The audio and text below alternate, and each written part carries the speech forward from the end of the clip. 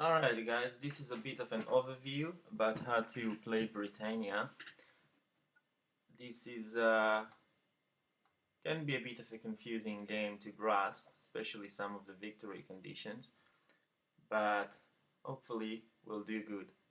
So essentially in Britannia you basically play one of four colors, as in you can see those colors here, yellow, blue, green and red, and each color represents various nations in the Britannia occupation history, starting with the Roman occupations and then goes on and on. As you can see, there's a turn track here to the right, and this turn track exactly tells you which nations are active, or essentially which nations come into play or leave play at which sort of period in the history of the island. So here's the names and whatnot. So for example, on the first turn there's going to be a Roman invasion through the English Channel, and then also the Belge get activated.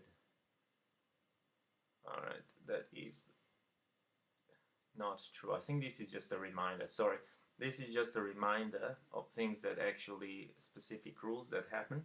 For example, in the first turn the Romans get 16 invaders, and then on the sixth turn the Romans leave and they get replaced by the Romano-British. So it's just a bit of a reminder to turn track here. But at the game you basically start with these four. So green starts with, what are those? The Caledonians. Blue starts with the Picts. Red starts their shields with the Brigantes. And green starts also with the Welsh in Wales. And the yellow player starts with the Romans. He only gets the Romans. So green basically gets two nations to control on the first turn. And the turn will basically go one after another nations that are currently active on the map, starting with the Romans down to the Normans. Now, of course, as I mentioned before, not all of them are actually going to be active on the map at the same turn or round, simply because they will come, some will leave, some will get eliminated until the end of the game, which is on the 16th turn. So hopefully that sort of made sense. Now you can sort of see there's four colors, and so if you play blue, you will eventually play the Belge, the Picts, the Angles, and the Normans. If you play yellow, you'll play the Romans, the Romano-British, the Scots, the Dubliners, and the Norwegians. But again, you might not play them all at the same round, but throughout the game you will get to play them. And they're all distinguished by these four symbols, which is essentially the axe, the spear, the shield, and these raiding ships. And the Romans also have the special Roman symbol here. It just kind of helps differentiate them a little bit. So the zones on the map are the normal, these are normal zones where Lothian is, for example, and where Albany is, for example, is what's known as a rugged terrain or difficult zone. There's also sea zones like North Sea, Frisian Sea, Irish Sea, Atlantic Ocean, English Channel, etc. Okay, now let's cover a little bit how you actually score points to this game. So we'll start by saying that there's a couple of ways to score points, and the ways are occupation, elimination, holding, and some other unique conditions. So we'll cover the main ones, and you can actually see them on the sheet here. I'll have to bring it up, but essentially here to the right of the screen you can actually see there's a couple of scoring rounds. So after the turn, or actually round 5, there's a scoring round, there's another scoring round around 7, there's another on 10, there's another on 13, and there's the last one on 16. On a scoring round, which is kind of the main way that everybody gets scoring the same way through that, is you will basically get scores for certain things certain territories that you actually hold. Now, if we actually look at, let's look at the Romans, for example. No, not quite yet. Alright, cool. So there's the yellow player, and this is the people that he plays. So the Romans, if we zoom in, for example, we can see what the Romans score for. So again, in round 5, you can see the kind of holding fist. That is the holding victory points that you will get on round 5, on round 10, on round 16, just like I covered a second ago. But on round 5, the Romans, they get points for holding these zones. So for Cheshire, York, and Essex, they get 6 points. For Norfolk, Suffolk, etc., they get 4 points, and so on and so on. And so the Scots will also, you can see round 5, they will score 2 points for each area north of, etc., etc. Now, it's worth noting that the Romans don't actually have a round 10 and a round 13 or whatnot, is because they will actually leave play at around round 6. So that's why it doesn't actually cover their holding points for later on. So holding is basically you gain it by actually having control of the area, and you have control if you're the sole person with units there. And you can get holding every time there's a scoring on a holding round. So in round 5, round 7, round 10, round 13, round 16, every time you will get points for holding that area. It doesn't matter if you just sit there all the time. If nobody took it from you, you can keep kind of claiming points for that. There's another type of points which can be seen through the flag here. Again, we'll use the Romans as an example. For example, on the Romans it says for round 1 to 3, they gain these points for occupation of these areas. Now, occupation means the first time that you occupy a zone just by yourself, you get occupation points for it. And that can be in addition to holding. So you can gain occupation points for Alban on, let's find another example. Okay, there it is. You can gain occupation points for Gwynedd, 2 points on round 1, and then still gain points for it, for holding it, on round 5. The only difference is that occupation points you only really get once. So once you occupy a zone, you get the occupation points for it, and it doesn't matter if later you're driven out of it and you reoccupy it or whatnot, you're never really going to score it more than once. So that's the difference. Holding points you can score on the scoring rounds every time. Occupation points you only score once, the first time you occupy, and that's it. Other ways to get scores is elimination points. So if you can look at the Romans and the Scots, for example, let's look at the Scots here on round 4 to 6. Each enemy army that they eliminate, they get 2 points for it. The Romans on round 1 to 2, if they kill Boudica, which is a leader led by the Belge, or she's leading the Belge rather, not led by the Belge, and if the Romans kill Boudica, then they get 6 points. So this is elimination. You kill it, you gain. Sometimes you can only gain it if you're the attacker. For example, if you look at the Scots, it says on round, again, 4 to 6, each enemy army, but it says Scots turn only. So only if the Scots on their turn invade the territory and they kill an enemy army, they get points. If they get invaded themselves, they don't get points for eliminating armies. So that's elimination points. So we've covered holding, we've covered occupation, we've covered elimination. There's additional points that are not really relevant to any of those. They're kind of auxiliary ones. So for example, the Romans, if they submit the Belge, they get 6 points on round 1, for example. Let's say if we look at another example here, if we have any, we don't, not for this one, but essentially that's it. Now each nation, of course, on its card has a reference on some useful rules that's relevant for that nation, but we won't really cover it now. That's part of a little bit of the chrome of the game. So we've covered the basically victory points that you can get. You can also get victory points at some later turns. If you become the Britvalda or the king, but we'll cover it maybe at later episodes because it's not that important for the main flow of the game. Now, the victory points, some nations have victory points limits on what they can get. So for example, let's bring up the Welsh, which is the green player. So if you look at the Welsh here, let's zoom in. Nation reference, point limit outside of Wales, half Wales point.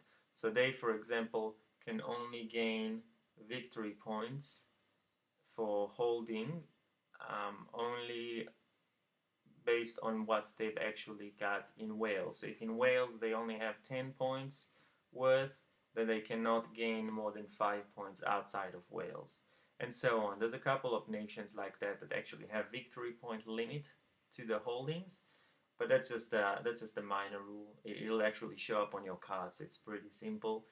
They're really the only ones that it's applicable to anyways. It's the Welsh, the Saxon, and the Angles. Romans don't actually score. That's just a small thing. We'll cover it later in the Roman when we talk about the Romans. Romans don't actually score on round 5 for normal holding as per the other ones. They have a special rule that's called limes. You can see the asterisks here, and it says count limes. I'll cover it later. I'll have a sub episode entirely for the Romans because they're quite unique and they've got a few unique capabilities. Now, there's also the phases of the game, and this is where we'll actually talk about the phases, are essentially you start with the population increase. So every nation will get a population which is based for each area that is normal that they have. They gain 2 points. Each area that is rugged terrain or difficult terrain, they gain 1 point of population. So, for example, if we use this, let's use the blue player here. What are the blue? These blues, we said that they were Belge. Okay, so let's take the Belge as example.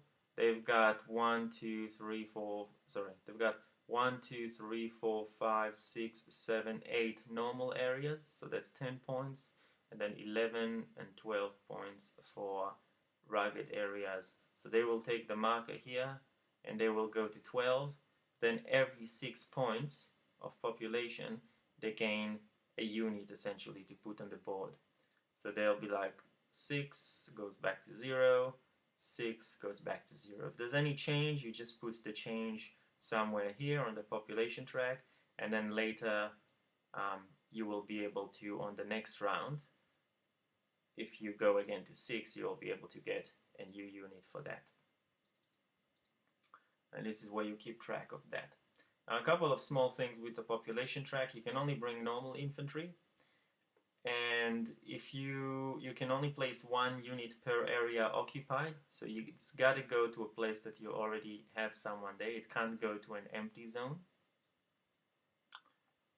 Let's get rid of this crap. And there's some stacking issues that we'll talk a little bit in a second, but essentially you place 1 unit per area occupied. If you can't really place any more units because of stacking limitation, which we'll cover later, then you don't actually get that unit, but you are able to place your population counter here on 5 as if kind of waiting for the next time that you'll be able to get a unit. It's kind of like you're banking on it. Okay. Now we'll talk a little bit about stacking now while we're at it. There's some stacking limitations on the map. On the C zones, there's no stacking limitation, so we'll just ignore it. Each of these normal zones, like this, can actually hold up to, let's see if I recall it, up to 2 units. So we've got 2 units here. That's the maximum that I can have for each nation on each zone. So it's individual. And in the rough areas, you can have a maximum of you can have a maximum of 2, I believe.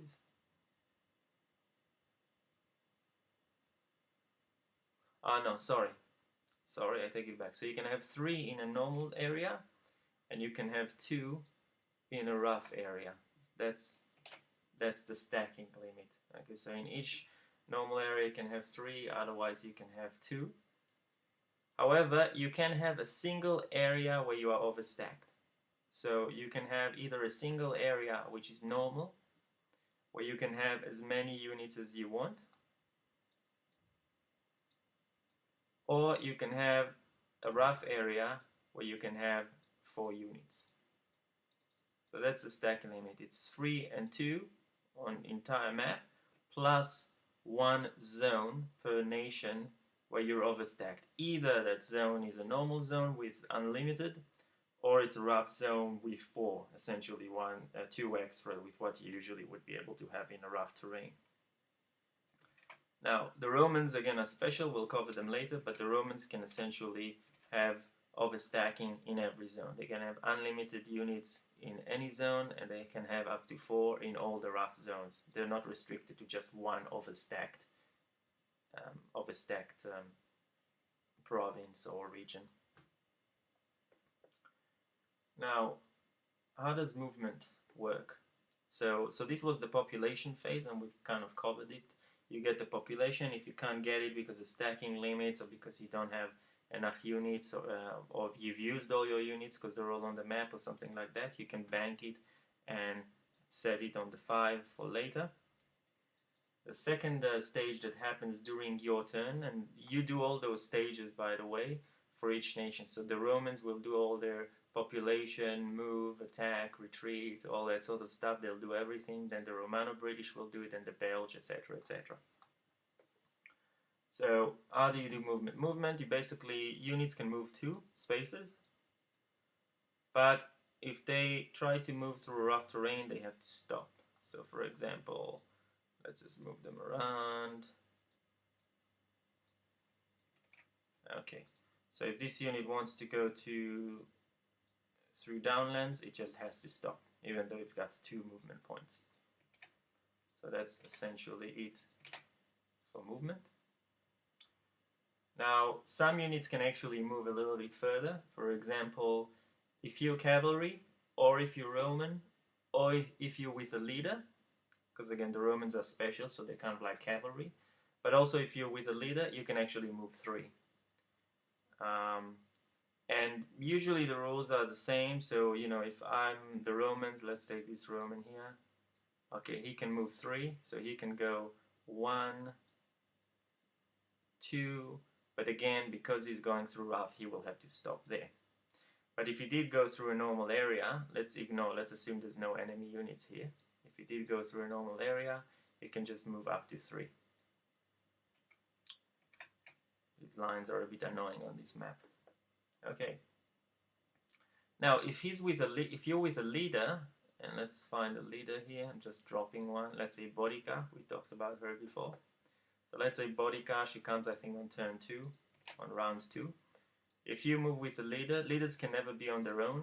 If you move with a leader, you can move up to 3, just like cavalry and the Romans, but you don't have to stop in rugged terrain. So you can actually go 1, 2, 3, like this. It's pretty good. Leaders also give you +1 die roll modifier in combat. That's all they usually do. If leaders are ever alone, not with their own people or units, even if it's an empty zone like this, they get eliminated outright. So you always have to have a leader with one of your units. So that's movement. Now on some turns you are allowed to do boat movement. If you look here on the turn track on the side, there's some turns with a small kind of boat. It's this kind of symbol here. And when you do a boat movement, essentially you are allowed to pass through one sea zone as part of movement. So, for example, let's say this guy in Kent here wants to go to Norfolk. Usually he can't because it'll be 3 movement. 1, 2, 3. He doesn't have 3 movement, he only has 2. But if he's on a boat turn, you can do 1 to freezing sea, and then you can do 1 to Norfolk. Okay, that's the limitation. That's essentially boat movement. You can use one zone to go through. You can never really end your movement in a sea zone. You always have to end it on land. There's a special rule later that talks about raiding, and if you're raiding and looting, then you are allowed to, in some circumstances, remain in a sea zone, but we'll cover it later. So that is boat movement. Now, invader movement, on some turns, you are considered an invader, and you can see in here, the Romans have 16 invaders on turn 1, on turn 4, the Scots have 1 invader, the Jutes have 2 invaders, etc., etc. When you are considered an invader, then you are actually able to move 1 sea zone plus land, or just land where you want to. So for example, let's say this guy here, he's an invader, and he's starting the Atlantic Ocean on the turn that he's an invader. Then he can basically either go to a sea zone and then land, or you can just decide from where he is to land outright. Okay, now if he on sea zone, yeah, so you can either move 1 sea zone land or just land. If they have additional moves because they're cavalry, Romans, etc., they can continue moving, but you can never move more than 1 sea zone. So you can never do, even if you're cavalry, you can never do Atlantic Ocean, English Channel, and then land. They can only really go through 1 sea zone at a time, ever. Okay, that's kind of like a hard and fast rule. Sometimes some people here, some nations get a major invasion. Let's see if we can find one. And a major invasion, I can't quite see it, but it's got to be somewhere here. I think the Romans might get, I think it's this symbol here. That's a major invasion, this shield and axes. So the Romans get a major invasion, for example, on turn 1. A major invasion, what it essentially means is that you get a move and attack. So you move all your units and you do your attacks and retreats, and then you do move all your units again and you do attack and retreats again. So essentially it's almost like a double turn, but not, you don't double up on the population track and all that sort of stuff. You only double up on the movement and attacks. When you do a major invasion, so that's a major invasion. Another thing is raiding turns. Some turns actually have this symbol here, which is raiding. It's like a burning hut. You can see in here and in here. On a raiding turn, those that are at sea are allowed to remain at sea. So that's the only time really where you're allowed to remain at sea. And they can retreat to sea after battle at some circumstances, and they can also withdraw back to sea during a special phase called a raider withdrawal. So what is raiding essentially is this guy here. He's raiding. The idea is that he lands, does what he needs to do, get occupation points, get some killing points, and then at the end of the round he can go back to sea to safety. That's the idea of the raiding terms. It's basically to allow you to come on the board, claim points, and then go back to safety. And some can do it. And so you can see he can actually remain here at sea at the end of the round because it was a raiding turn. Now, even if he went so far to go all the way inland, like this, again, on raiding turns, there's a special phase at the end of the turn that's called raiding withdrawal. You can then just pick him up. Even if he's surrounded by enemies, you can just pick him up and put him back where he came from sea. So that is a raiding turn.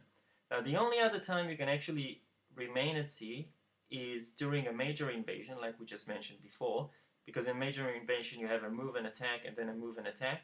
So during your first move and attack, you can still have some units left at sea, but during your second move and attack, you have to make sure you don't have anyone left at sea. So the Romans, for example, I'm kind of backtracking. This is like the previous rule about major invasion. It's not raiding. I'm kind of backtracking, but these Romans here could actually move here, move there and attack, leaving those Romans here at sea, for example. And then on the second move and attack that you get for a major invasion, these guys definitely have to come to land. So that's kind of the way it is. So we've covered that. So I'll just reiterate what we actually have for movement. You can move 2 usually. You have to stop in rugged terrain. If you're cavalry, Roman, or leaders, you can move 3, and leaders don't have to stop in a rugged terrain. There's some stacking limitations that we've talked about. And of course, the specific items here is boat, allows you to do boat movement. This shield here allows you to do a major invasion, which is essentially like having 2 turns. This raiding here allows you to basically raid from the sea and then go back to the sea. And the last thing is the symbols that are not really here, but it's the scoring ones, the symbols on the victory point cards, which are elimination points, occupation points, you get them only once, holding points, you get them every time that there's a scoring round and you hold the lands that he talks about. So these are the symbology that we mentioned. Now, one other thing about movement, of course, when you move into where an enemy unit is, you have to stop, because then a battle will ensue. But if you actually are 2-to-1 to the number of units they have there, and you do count, when I say units, it basically also counts forts and boroughs. So I don't actually have something here to show you. Maybe I do. Let me see if I can find it. No. Yeah, I found it. We actually do need them. And we'll see whether I can find other ones. Just a second. Forts and boroughs, forts and boroughs.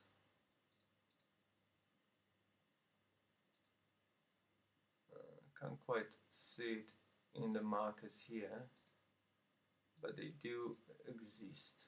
So what it is essentially is the Romans, as they move through zones, they can put these forts down. Why is the fort like this? This isn't good. Okay, we'll put like that.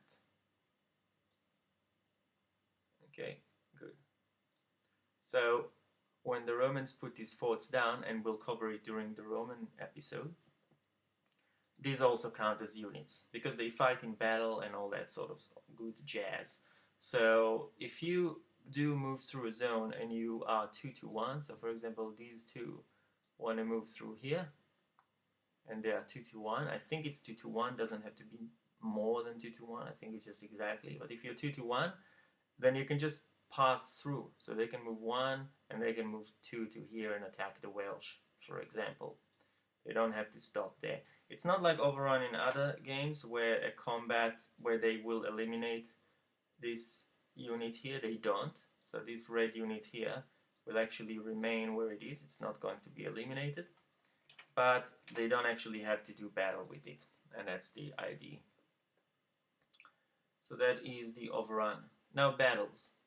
Once they actually do go to a zone, so you do all your moves first, and then you do all the battles in all the areas that you've moved into where there's like enemy units.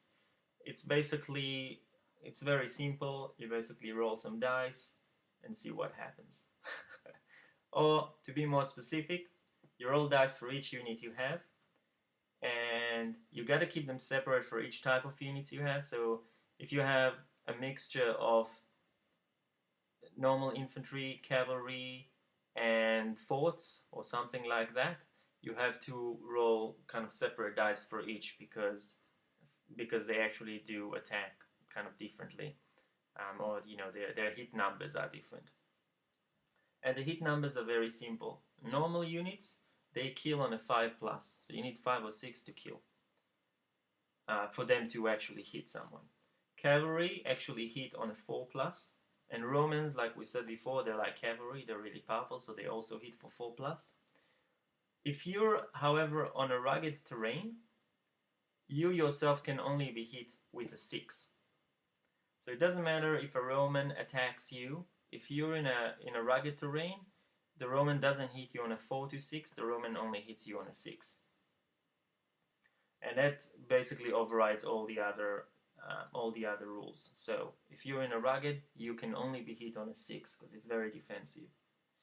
However, if you're a Roman or cavalry, you also only get eliminated on a 6. So cavalry are pretty fast and the Romans are pretty good. So it's almost like they're always on rugged terrain. That's the idea. Now, if you're in a place with a fort, with a Roman fort, and you're attacking it, again, you can only eliminate a fort by rolling a 6.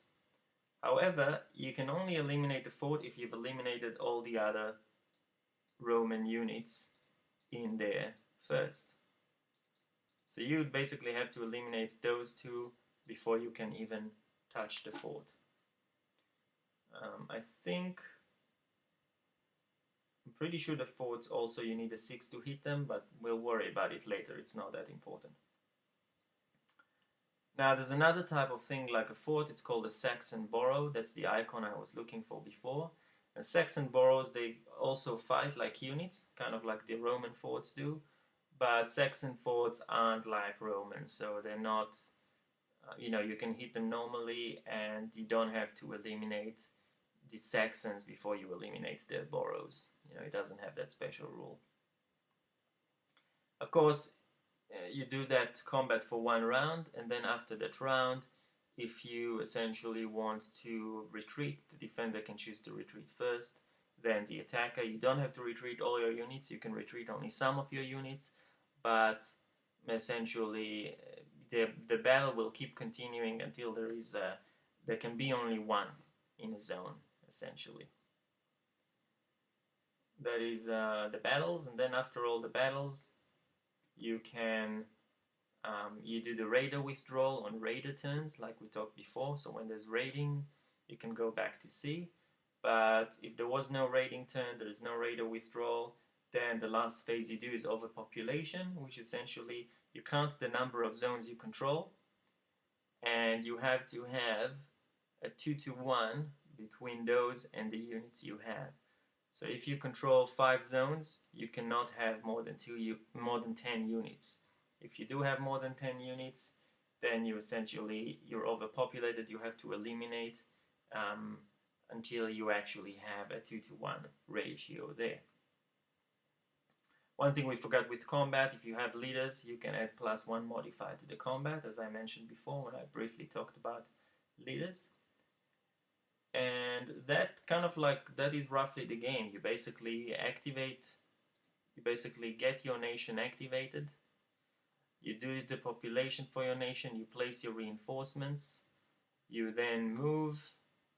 If you've got a sea move possible, like a boat move, or if it's a major invasion or a raiding turn, there's a couple of minor differences, but you still do your moves, you attack, you get zone, you win battles, you get occupation points for them, you try to hold them as much as possible until you get to the scoring rounds, because in the scoring rounds, if you still hold them, you get even more points, and so on and so on. Sometimes you will try to hunt down leaders to get extra points. For example, the Romans, as we covered at the start on the first turn, if they kill Boudica, they get 6 points, so they might want to hunt her down, and all that sort of stuff.